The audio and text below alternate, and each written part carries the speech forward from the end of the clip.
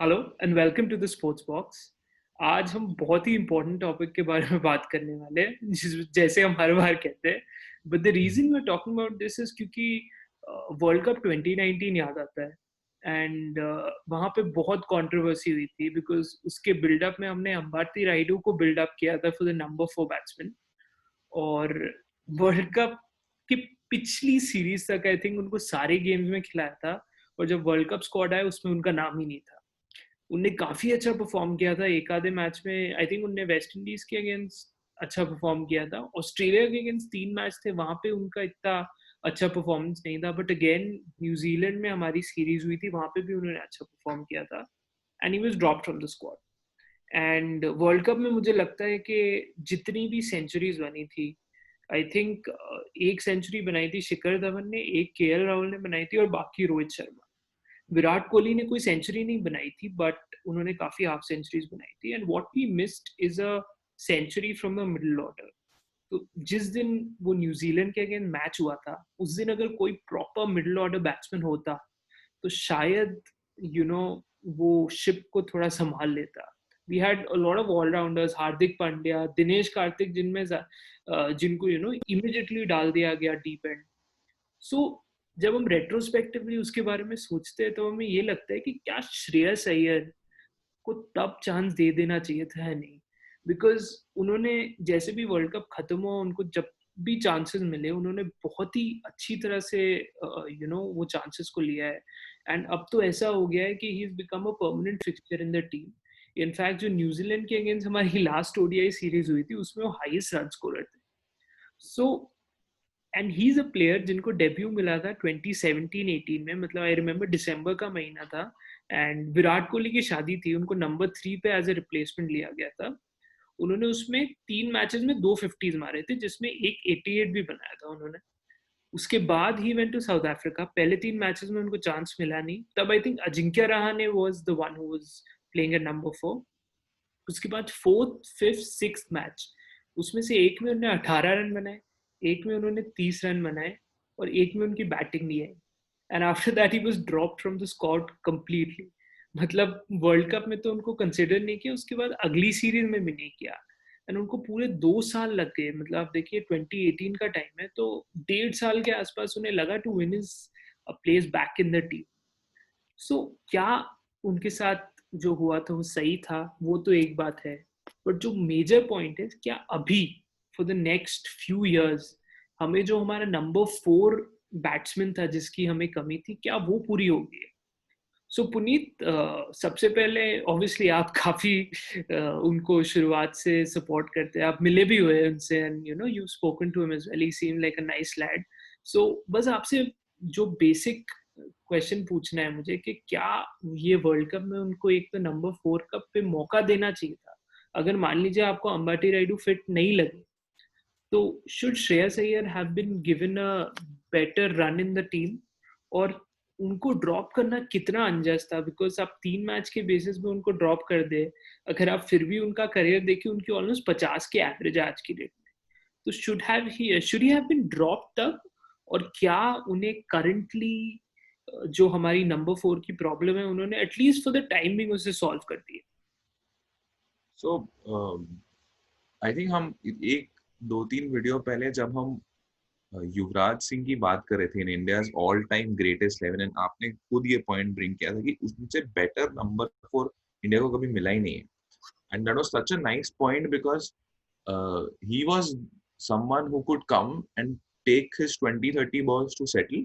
तो जब इंडिया का स्कोर 30 फॉर 2 हो या 50 फॉर 3 हो या 150 फॉर 1 या 150 फॉर 2 हो या 200 फॉर 2 हो, ये दोनों सिचुएशंस को वो नंबर 4 को हैंडल करने आना it's a very critical position. So much so that काफी एक्सपर्ट्स ये भी कहते हैं कि कोहली को शायद नंबर 4 पे आना चाहिए, और ताकि राहुल को हम नंबर 3 पर ले आए और 1-2 ऐसे ही रहे.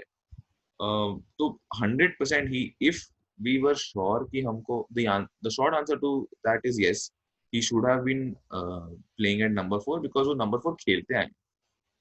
पर द क्वेश्चन रिमेन्स, जब आप अंबाती रायडू को इतने टाइम से खिला रहे हो, वन, आप उनको नहीं लेके गए. टू, आपका जब शिखर धवन इंजर होता है तब आप लेके जाते हो ऋषभ पंत को. अगर आप ऋषभ पंत को लेके भी जा रहे हो देन आप उनको नंबर 4 नहीं खिला रहे, आप एक ऐसे बैट्समैन को खिला रहे हो जो वहां जाके सीमिंग कंडीशन में पहली बारी नंबर 4 की पोजीशन पे खेल रहा है। तो जब ऐसा सिचुएशन आ जाती है दैट शोज कि टीम मैनेजमेंट का, and I would like to specifically call out the team management here and not the captaincy of Kohli, because team management का माइंड काफी मडल्ड दिखता है, and it is not the first time जो ये हुआ है, काफी for a long time. Selection team की भी बात करनी चाहिए थी।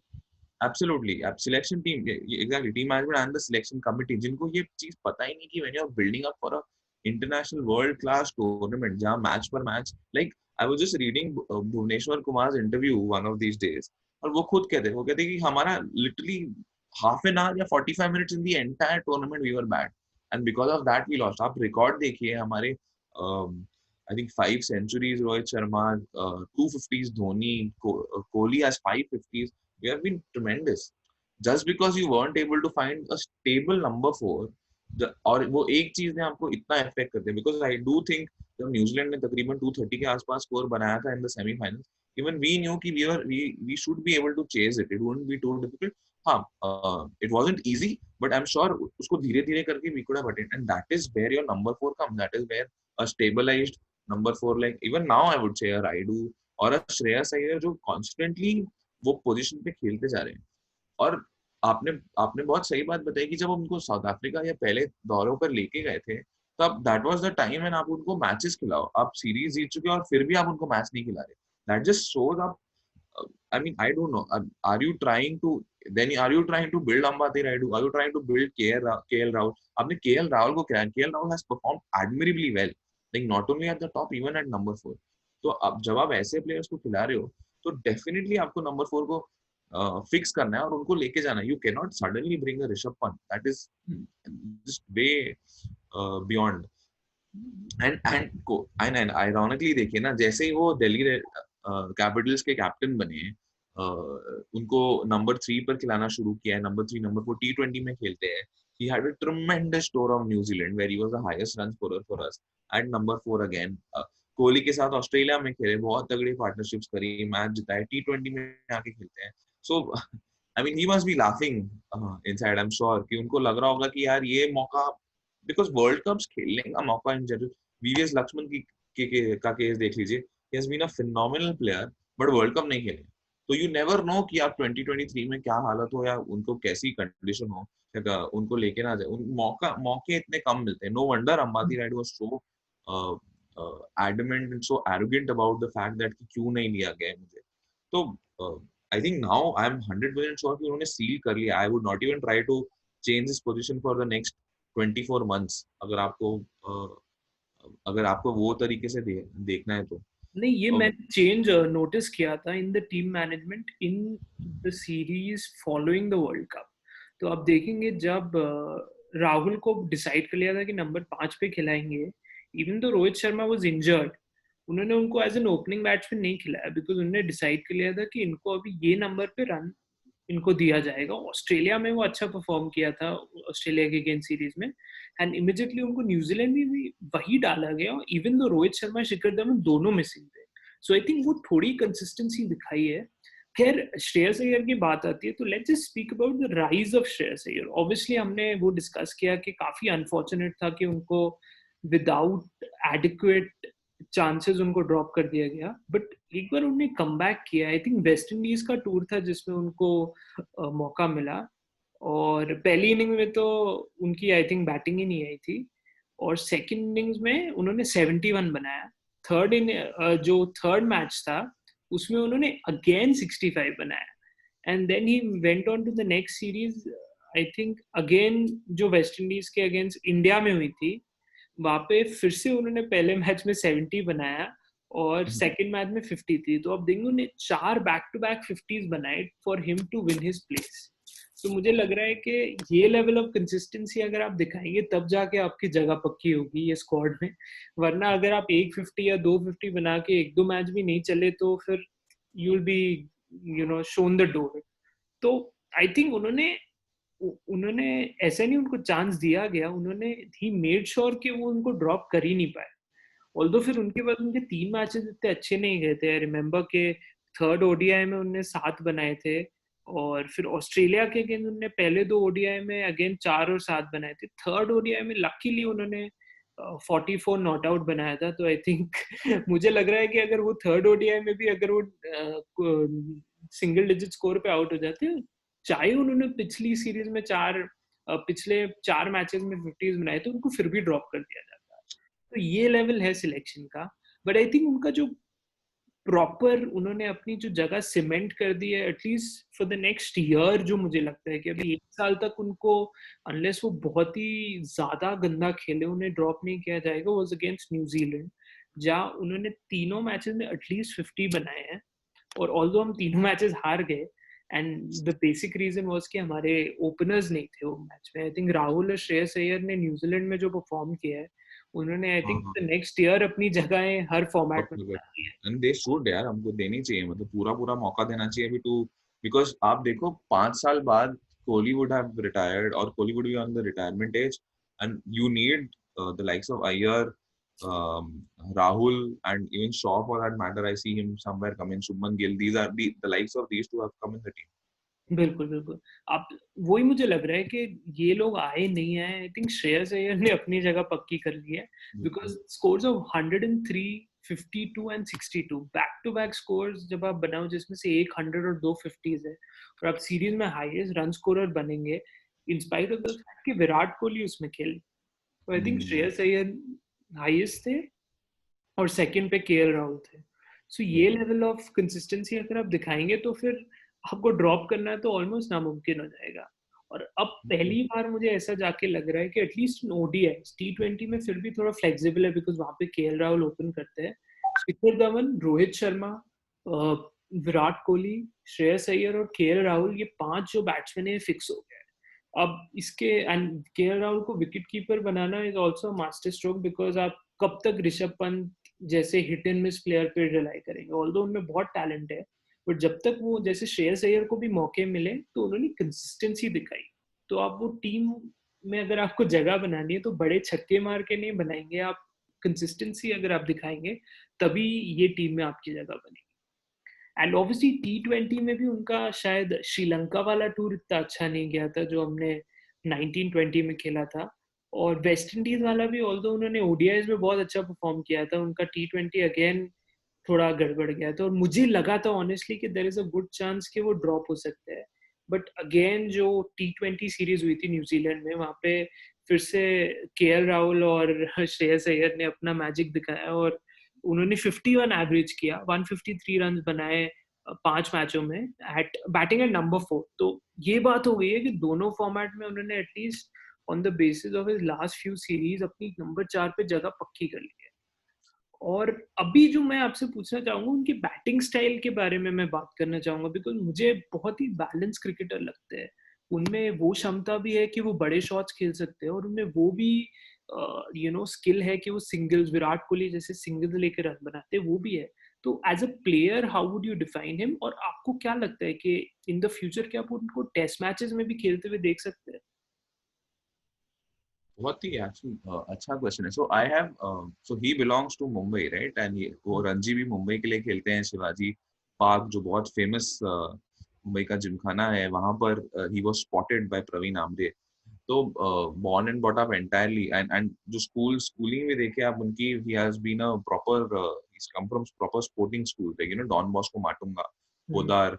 These are colleges and schools जो जहाँ पर काफी उनकी स्कूलिंग, जहाँ काफी स्पोर्ट्स पर और स्पेशली क्रिकेट, तो डेफिनेटली वो एंटायर जिमखाना वाले शिवाजी पार्क वाले एरिया में, it is like you breathe cricket there, that is how he is grown. And जब आप वहाँ के एरिया में अपनी क्रिकेटिंग स्किल्स होन करते हैं, and these are the grounds और मोहल्ला वगैरह जो होता है, that is where you build very strong determined technique. इसलिए I think I'm actually hoping and I'm sure that one day very soon he'll be in the test squad as well, because उनकी technique देखे ना, मतलब वो बहुत I remember एक match देख रहा था मैं, आई थिंक ऑस्ट्रेलिया के against, Kohli and Rohit had just gotten out, और कोहली और राहुल आउट हुए थे, and we needed some 72 out of 48, and ये बंदा consistently he was playing strokes on the ground and he won that match. He needed some 48 out of from 72 out of the 48 balls, and he had come in and he was constantly playing picking up the line and length, and technique पे एकदम बहुत निर्भर करते हुए, not going for flamboyant strokes, and और ये काफी रणजी भी खेले हुए हैं, इनका फर्स्ट क्लास क्रिकेटिंग एवरेज भी बहुत तगड़ा है, और ऑब्वियसली मुंबई के रणजी टीम को बिलोंग करते हैं, तो he has seen wickets where they seem it's a red, क्या कहते हैं, रेड सॉइल विकेट है, स्पिन भी होता है और अर्ली मॉर्निंग काफी निप भी होता है, तो he has played on such wickets जहाँ पे सीम हो रहा है. So he has built a very strong technique, and definitely, if you see, I personally see him being one. He'll definitely become an ODI specialist. ये number 4 इनका पक्का हो जाना चाहिए अभी तक, without him having to now trying to prove himself again. जितना ज़्यादा मौका दो बंदा और better होगा. You can see that, and इसलिए अगर आप देखें तो इनके रिकॉर्ड न्यूजीलैंड जैसी जैसी जगह पर जहाँ पे ऑल द बाउंड्रीज छोटी हैं बट बॉल स्विंग बहुत होती है, काफी अच्छी है, and he is very happy now that he's been taken at a number 4 position, and मतलब उनको कंफर्म कर दिया है कि आप भी ये नंबर 4 पे खेलिए और आप कॉन्स्टेंटली परफॉर्म करते हैं. एंड उनका if you see rapport with क्या कहते हैं, केएल राहुल भी बहुत अच्छा है. So him at 4 and KL Rahul at number 5, if you still sort of manage to take a 1, 2, 3 with Sharma, Kohli in it, makes for a very strong top 5 again.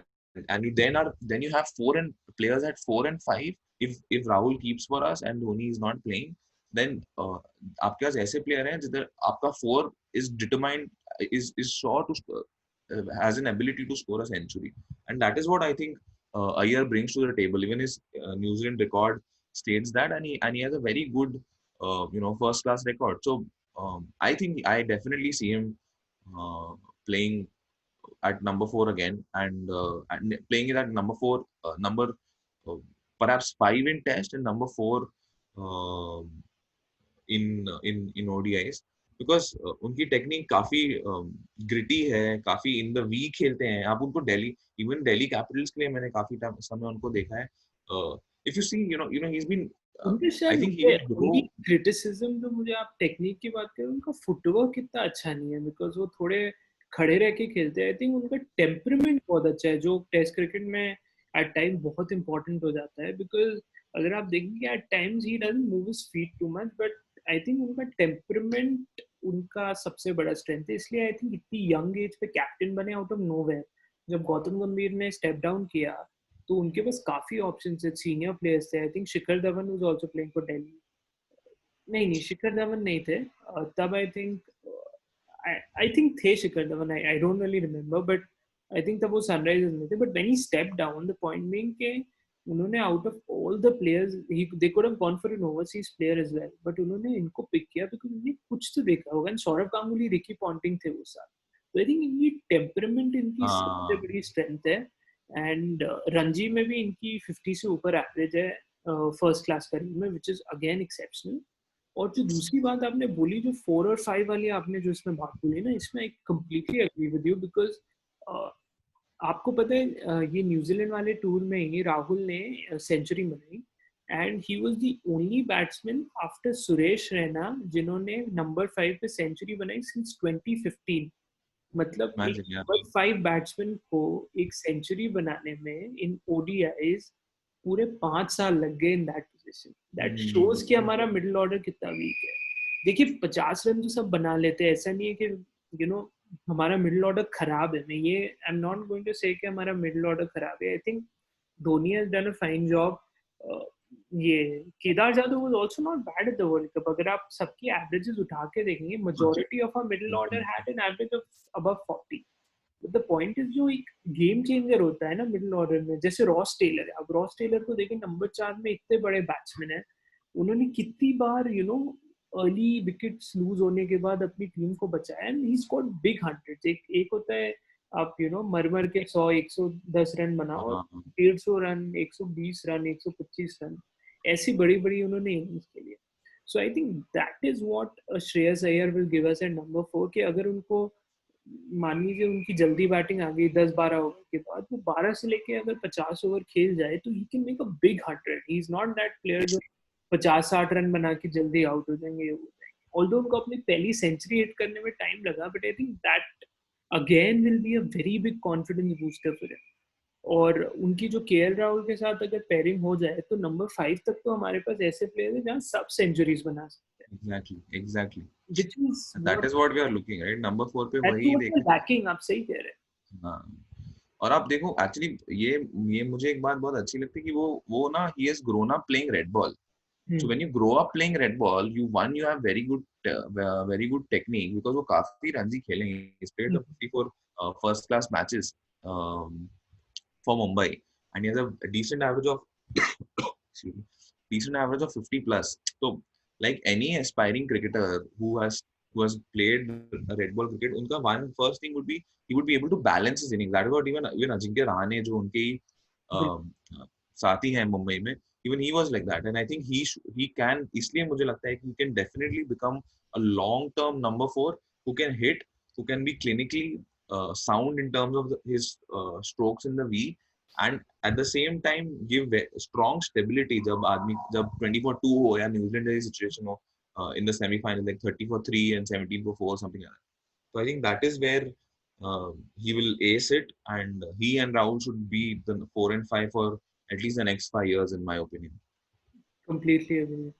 I think we've summed it up fine. अभी हमें ज़्यादा we don't want to go on and on because फिर काफी repetitive हो जाएगा. अभी इतना बड़ा करियर हुआ नहीं है उनका, but I think he's got a very promising career ahead of him. जो आपने नंबर 4 वाली बात बोली है, एक अब the only thing we should do is कि आंख बंद करके उनको नेक्स्ट 2-3 साल डेवलप होने दें, उनको वो कॉन्फिडेंस बिल्डअप करने दें. बिकॉज मुझे याद है कि जब 2011 वर्ल्ड कप था तो विराट कोहली हमारे नंबर 4 थे, एंड उन्होंने उस बिल्डअप में काफी अच्छा परफॉर्म किया था बिकॉज उनको अच्छा चांस मिला था.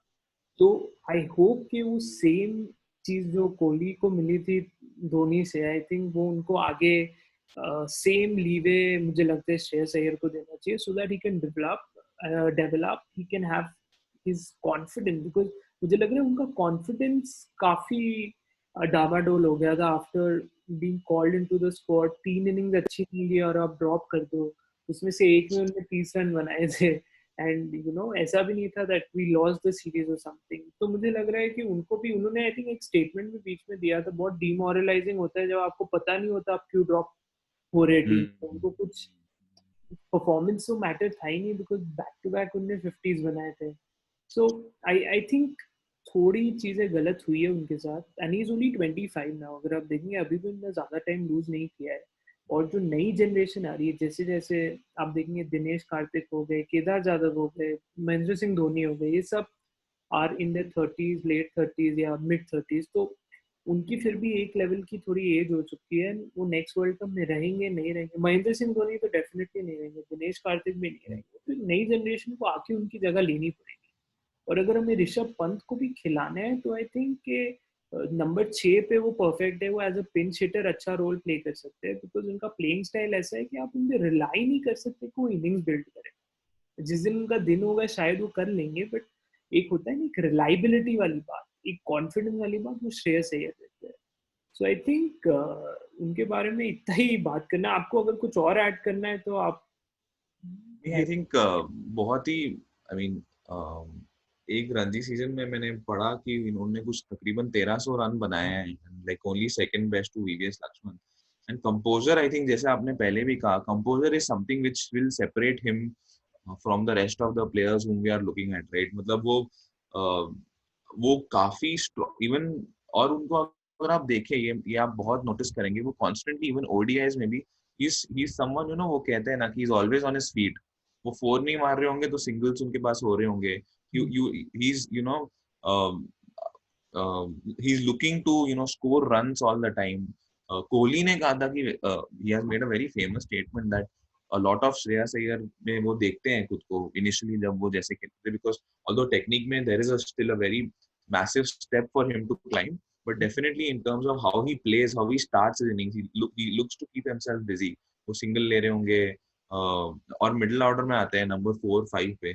तो मेरा तो वही है कि यार I see him as a massive gain for Indian cricket, and he along with Rahul should become the backbone in the middle order for the next 5 years to come.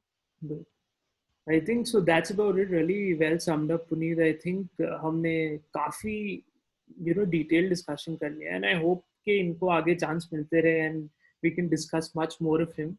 अभी तो अपनी जगह बना रहे हैं. I think दिल्ली की captaincy भी उनको काफी help करेगी in the Oh conflict. yeah, one point. Yeah, exactly. Sorry, I forgot that point. मेरे दिमाग में था कि I think जो उनकी जो captaincy है, that along with the team that he has Ganguly, Ponting and Gary Kirsten. तो उनकी एक story है जहाँ पर उनका पिछले season में he had broken his thumb in का index finger की bone in the second or third match, but Gary Kirsten actually forced him to, and he said we'll be helped if you go and play out there. Although they did not win, ये उनका character build करता है. So when you have people like Kirsten, Ponting, Kohli who are perennial,